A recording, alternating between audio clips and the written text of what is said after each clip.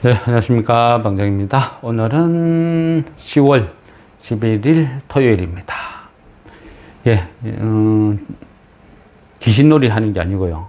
한 번씩 이제 이 노안이 심하다 보니까, 좀 밝은 불빛에 조금 오랫동안 있으면, 눈이 좀 아파요. 눈물이 나고. 나이가 있는 분들은 충분히 공감이 될 것이고, 약간 그렇지 않은 분들은 뭐 하냐. 그죠? 이상하게 생각할 수도 있습니다. 그래서, 눈에 이 안약, 인공 눈물 얘도 한번 눈에 넣고, 나이가 들면 슬퍼요. 그죠? 여러 가지 좀 챙겨야 될 게 많아요.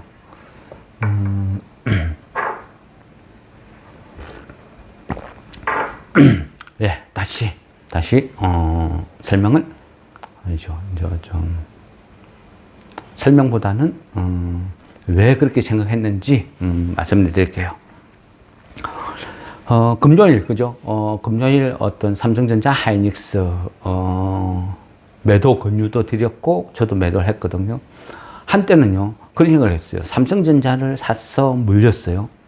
뭐 10%, 20% 손실이 나니까, 그런 생각을 했어요. 참. 삼성전자를 사서 이래 오랫동안 돈이 물린 적도 없었던 것 같고, 또, 그죠. 어떤, 삼성전자가 어떤 물림폭, 손실의 폭이 뭐 20%를 넘어가는 경우도, 어찌 보면 처음 경험했던 것 같아요. 그래서 이건 뭐야 하면서 약간 황당했던, 그런 시기도 있었는데, 결국은 좋은 주식은 기다리면, 그죠? 수익을 준다. 근데 지금 우리가요, 냉정하게 봐야 될 게 있어요. 첫째는요, 지금 현재 일어나는 어떤 상황, 이게 정상적이지 않다. 첫째는요, 이 기존의 경제 논리랑 지금 시장의 움직임이랑 안 맞아요. 뭐, 어떤 그죠? 금덩어리. 금이 지금 사상 최고치를 막, 그죠? 돌파를 하고 있어요. 70만 원을 돌파해서 이제 80만 원. 막, 금목걸이, 금팔찌 막 열심히 사둔 사람들은 지금 막 엄청나게, 그죠? 수익이 좋은 것 같아요. 돈을 막 엄청 벌었겠죠. 80만 원을 향해 가요. 그거는 뭐냐? 그거는 일찍이, 그죠? 유럽이나 중국, 이런 쪽에서 미국 국채, 달러, 그죠? 미국 국채를 막 다 버려요. 매도하고 그 돈으로, 그죠? 대체 수단인 금을 확 사재기를 하고 있어요. 그래서, 금값 랠리는 계속 지속된다. 이 말은 역으로 생각하면요, 달러에 대한 불신이에요. 달러에 대한 불신. 달러에 대한 불신은 뭐냐? 결국은 지금 트럼프 하는 행동이 정상적이지 않다. 마음에 안 든다. 이거를 전 세계가 보여주는 거예요. 이 말은 뭐냐면요, 달러가 신뢰를 잃어간다. 결국 기축통화가, 그죠? 기축통화의 어떤 지위를 잃어간다. 이래 볼 수도 있는 거예요. 이건 무서운 일이거든요. 결국은요, 달러가 결국은 쓰레기가 된다. 과거 어느, 그죠? 원톱을 꿈꾸는 많은 국가들이, 스페인이, 영국이, 로마가, 그 강대국들이 무너지는 과정은 항상 정점은, 그죠? 비슷해요. 미국도 지금은 그 정점을 향해 가고 있다. 지금, 하는 행동이 그렇다. 그런 거예요. 과거에도 이런 말씀을 드렸잖아요. 이 기축통화를 운영하는 나라가, 그죠? 무역 흑자를 꿈꾸면 그거는 모순이다. 세상은 대혼란에 빠지기 시작한다. 달러가 없는데 미국 국채를 누가 사줘? 미국 국채를 사줄 데가 없으면 달러를 찍어내지를 못하는데 악순환의 반복을 만들어가는 거예요. 근데 어쨌거나 지금, 그죠? 일어나는 현상은 금값이 사상 최고치, 코인으로 돈이 몰리고, 이 말은 많은 돈들이 달러를 버리고 있다. 그런 현상이다. 이래 볼 수 있거든요. 그러면 거기에 비례해서 달러가 점점 약세를 띠게 되면 어떻게 돼야 돼요? 원화도 강세로 가야 되는데, 원화도 똑같이 약세로 가죠. 달러는 약한데 원화는 더 약해. 그런 지금 현상이 벌어지고 있다. 그는 왜? 물론 표면적으로는 트럼프가 우리나라, 그죠? 우리나라한테 3,500억 달러 내놔, 돈 내놔. 총 외환 보유고 4,160억이 있는데 그 중에서 3,500억 달러 내놔. 날 강도짓 하려고 하는 거예요. 그러다 보니까 저 돈 다 뺏기고 나면 원화 방어 누가 해? 어떻게 해? 그래서 불안해. 문제가 있어. 그래서 원화가 약세를 띈다. 이래 볼 수도 있거든요. 근데 또 한편으로는 일본에서, 그죠? 총리가 바뀌었죠.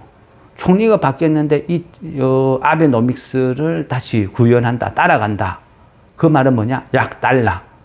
얘네들도 엔화를 무지 찍어내겠다. 무한정 찍어내겠다. 찍어내서 경기 부양을 하겠다. 이런 뜻이죠. 그래 되니까 엔화도 약세를 띠. 그러면 엔화는 일본은 그죠? 트럼프한테 어쨌거나 잘 보여서 관세도 15%로 확정. 거기다가 엔화까지 약세를 가게 되면 수출 경쟁력이 엄청나죠. 근데 우리나라는 관세 25%. 그것도 불리한데 엔화가 더 약세를 띄요.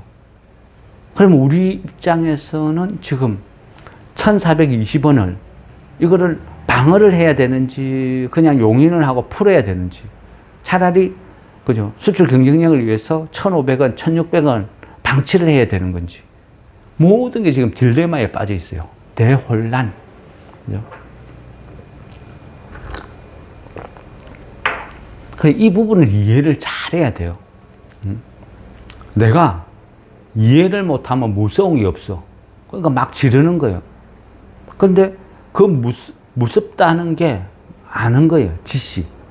지식이 있고 공부를 해서 알 때는 무서운 거예요. 공부를 하나도 안 한, 그죠? 아니다. 그거는 좀 개념이 아닌 것 같다. 공부를 했다 안 했다 개념이 아니고 경험치라고 해도죠. 어쨌든 제가 보는 관점은 지금 시장은 절대 정상적이지 않다. 이렇게 사상 최고치로 막 치솟고 가야 될 이유는 그렇게 없다는 거예요. 근데 또 한편으로는 어떤 세계의 돈들이 지금 이동을 하고 있다. 대이동. 달러를 버리고 달러를 회피할 수 있는 많은 곳으로 돈이 이동한다. 또 이런 맥락으로 볼 수도 있고요. 어쨌거나 또 다시 어떤 사건의 재구성 해서 보면 지금 조중동 조용하죠. 항상 그래요. 한때는 그죠. 조선주 없어가지고 조선주 없으면 죽는 줄 알았죠. 방산 없으면 죽는 줄 알았죠. 온통 시장이 그것만 쳐다보고 있어. 그러니까 소외, 열등감. 에라이 따라잡죠. 그죠? 대부분 개인들이 그래요. 개인들이 왜 망하느냐. 그래요. 바닥에서 물린 종목은 그죠? 기다리면 돼요. 내가 적어도 한 무릎에서 샀어. 그런데 물렸어. 발목까지 떨어졌어. 이거는 무릎까지 회복하는 데는 대부분 기회를 준다. 이래 볼 수 있는데 어깨에서 물려서 쭉 빠졌다. 이거는 기약도 없다. 그죠? 그렇게 봐야 되는 거예요. 그래서 항상 고점에 있는 거는 안 쳐다보는 거예요. 내하고 인연이 안 맞다. 내가 타이밍을 놓쳤으면 그걸 끝내야 되는 거예요. 그죠? 바닥에서는 끝없이 기다릴 줄 알아야 되고, 고점에서는 내 종목, 내 주식 아니다 하고 바이바이 냉정하게 끊을 줄 알아야 되는 거예요. 그런데 욕심이죠. 욕심. 그죠? 욕심을 내고 따라 붙는 거예요. 추격 매수하는 거예요. 지금이라도 살려고 하는 거예요. 지금 현재 주식시장에서 우리가 코스피가 3,600을 돌파했지만 개인들 대부분은 코스닥에서 헤매고 있죠. 그러니까 아무것도 없어요. 손가락 빠는 거예요. 그리고 코스피 대형주 개인들이 그 접근 거진 안 해요. 그죠? 그냥 막 있는갑다, 가는갑다, 뭐 지가 가봐야 그런 식으로 버티는 거예요. 그러다 보니까 지금 반도체 종목을 편입을 한 사람은 나름대로 수익이 좋아요. 근데 반도체 종목이 하나도 없는 사람은 빙하기예요. 오히려 마이너스. 그죠? 코스피 3,600 뚫었다고 잔치하는 날 이 사람들은 52주 신저가 또 돌파했다. 이래 되는 거예요. 근데요, 절반 이상은 지금 52주 신저가를 뚫고 있어요. 왜? 수급이 무너졌기 때문에.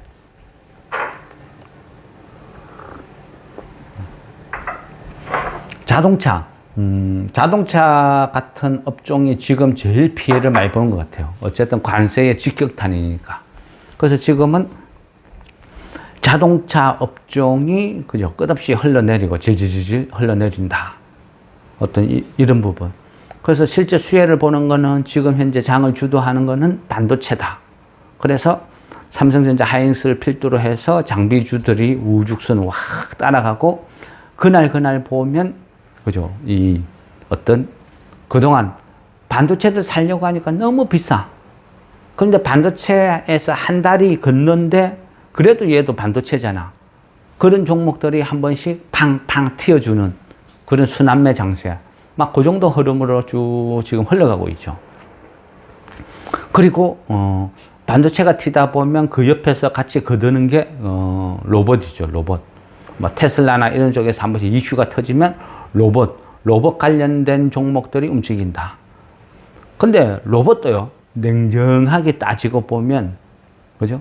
우리가 냉정하게 판단을 해야 돼요, 시장을. 국뽕으로 먹고 살 수는 없다. 로봇도 냉정하게 보면요, 우리나라 로봇 업체들은 경쟁력이 없어요, 실제. 그죠? 경쟁력이 없다. 우리가 그 로봇도 보면 어떤 거죠, 어떤 그 안면, 그죠? 얼굴 형상이 사람 얼굴처럼 막 웃고 이래 하는 거, 그죠? 이 안면, 얼굴의 어떤 구현, 이런 게 무섭다 하면서도 이런 기술을 우리 쪽에서 갖고 있냐, 이것도 한번 질문을 하셨는데, 이 부분은 이제 공부를 좀 하고 있거든요. 하다 보니까 이제 결국은 이 안에 들어가는 와이어, 우리가 나무 인형 같은 거 줄을 매달아 가지고 하면, 그죠? 뭐 줄을 매달아가 여러 가락을 확 움직이면 밑에서 나무가 막 매달려 가지고 춤을 추고 이런 모습이 있죠. 그런 식으로 이 얼굴 안에 와이어가 움직이는 거예요.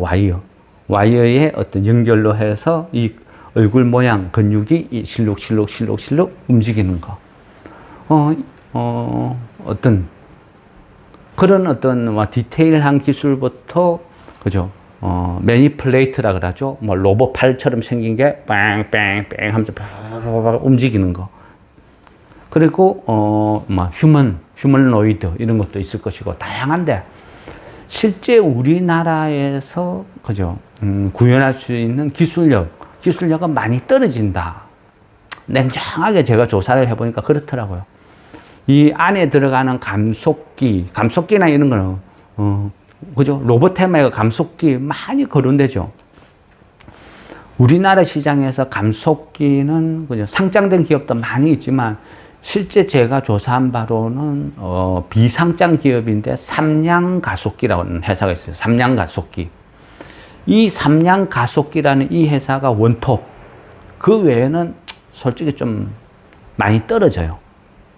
그리고 다른 업체들은 대부분 일본에 있는 부품을 사와서 그냥 조립해서 파는 정도, 그 정도로 좀 조작, 열악, 아니면 스스로 자체 생산하는 것은 아직도 열처리나 어떤 가공 기술이 많이 떨어져요. 그래서 어떤 정밀도 부분.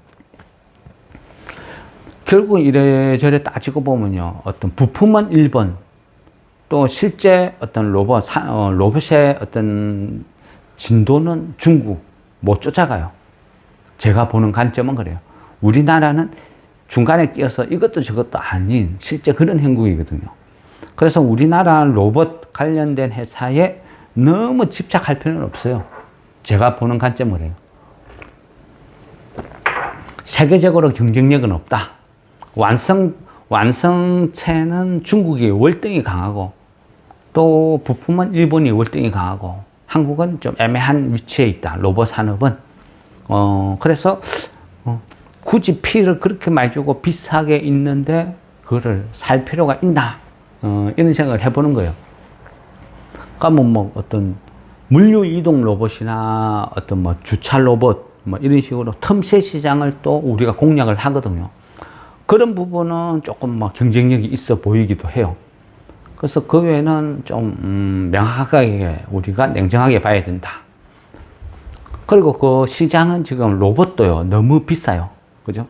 로봇이 비싸니까 너무 많이 올랐어. 그러니까 결국은 그 로봇을 만드는 회사에 부품을 납품해 주는 회사로 분위기가 조금 이전이 되고 있어요. 이전이 되고 있는데 이것은 그죠? 뭐 로봇 테마로 편성이 되면 좋고 아니면 말고 이런 식이라는 거죠. 안전하다 이래 볼 수 있는 거거든요. 그래서 지금 현재 볼만한 게 PJ전자. PJ전자는 어떤 전기전자 이 공장을 가지고 있는데 보통 OEM 방식으로 누군가가 뭔가를 만들어 달라 하면 그 주문자 상표 방식으로 만들어서 납품을 해주는 이런 업체거든요. 그러다 보니까 뭐 여러 가지를 다양하게 해요. 그 중에 뭐 로봇, 뭐 부품을 조달해서 뭐 주기도 하죠. 그러다 보니까 뭐 여기에서 뭐 조선에서 조선 관련된 뭔가를 만들어 달라면 만들어주고 돈만 주면 다 만들어준다. 일종의 그런 개념. 그래서 뭐 로봇 테마로도 충분히 가늠이 된다. 그런데 최근에 그죠? 최근에 얘가 갑자기 이유도 없이 쭉 급락했죠. 앞전에 그죠? 우리도 몇 번 매매를 하다가 그죠? 지금 분위기가 코스닥 대형주다.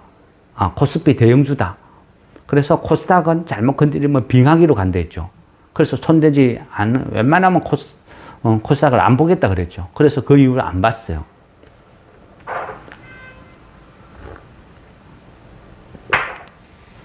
항상 돈이 흘러가는 쪽에서 놀아야 확률이 높다는 거예요. 그죠? 그 전부터 코스닥은 빙하기, 코스닥 빙하기, 잘못하면 빙하기, 완전 소외된다. 계속 말씀드렸죠. 그런데 지금 그런 흐름으로 흘러가죠.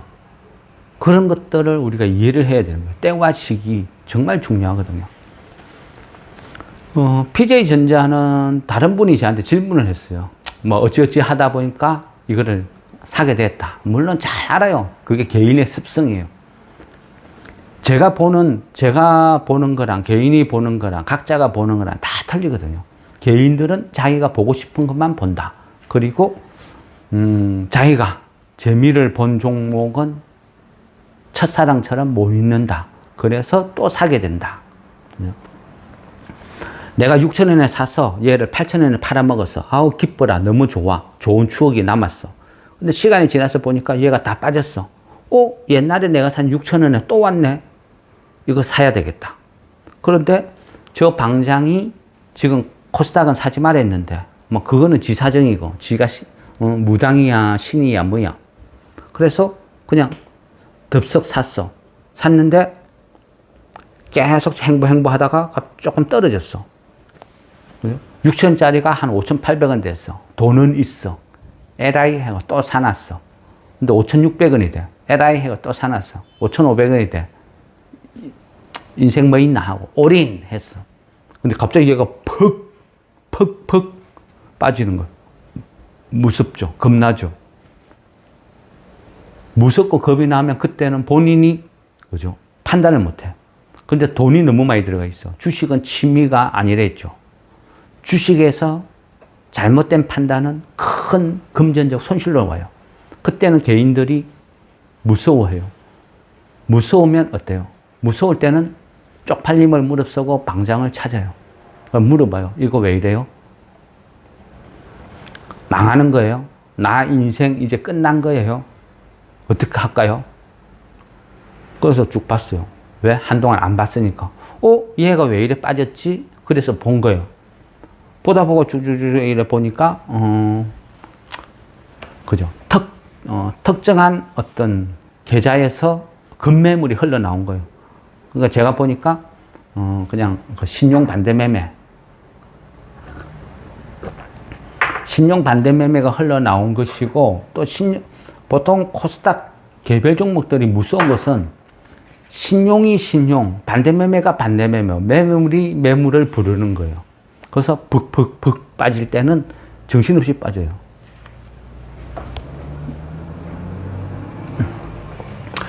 이게 갑자기 이상한 문자가 들어왔는데 끊긴 안 끊긴지 모르겠어요. 예, 이해를 부탁드리겠습니다. 예, 어쨌든 그렇다는 거예요. 그래서 항상 조심을 해야 되고, 근데 PJ전자는 제가 보는 관점은 신용 반대 매매다. 그리고 그 이후에 조금 행보하는 모습을 보이고 있으니까 얘는 지금은 나쁘지 않다. 지금 가격은 그죠, 매수를 하면 직전 급락한 그 가격까지는 쉽게 갈 것 같다. 그리고 얘도 지금 시장 분위기가 로봇 테마도 보면 이제 안 오른 로봇 테마, 결국 순환매가 도는 거죠. 키 높이를 맞추는 거예요. 그죠? 호박들이 다 구르고 나니까, 좁쌀들이 다 구르고 나니까 이제 안 구른 호박 없나 시장이 찾고 있다. PJ전자도 어떤 그런 맥락 중에 하나로 볼 수 있거든요. 나쁜 회사 아니거든요. 괜찮아요. 좋은 회사예요. 시총도 한 800억대, 엄청 가볍죠. 유통 주식주도 작죠. 그러니까 이런 회사는 사놓고 나면 어느 날 갑자기 이유도 없이 그냥 한번 퍽 튀어요. VI 나오면 그때는 낼름 팔아먹어도 되는 가격대다. 그래서 괜찮다 말씀드린 것이고, 지금 샀는데 물린 분은, 그죠? 추매를 하는데 내가 지금 1,000만원치 사가 물려 있어. 근데 이거를 1,000만원치 사는 게 아니고, 이때는 지금은요, 한 200~300만원 정도만 추매를 해야지. 잘못하면 블랙홀, 계속 돈이 묶이고 탈출도 못해요. 그래서 이런 것들은 웬만하면 추매를 안 하고 그냥 내가 판단 잘못했다, 본전되면 탈출하지, 이런 마음으로 있는 게 훨씬 나아요. 그래서 좀 조심히 대응을 해야 된다, 이렇게 말씀을 드리고 싶네요. 왜 반도체 이야기하다가 왜 로봇으로 빠졌죠? 희한하네. 예. 어쨌든 다시 반도체로 돌아왔어.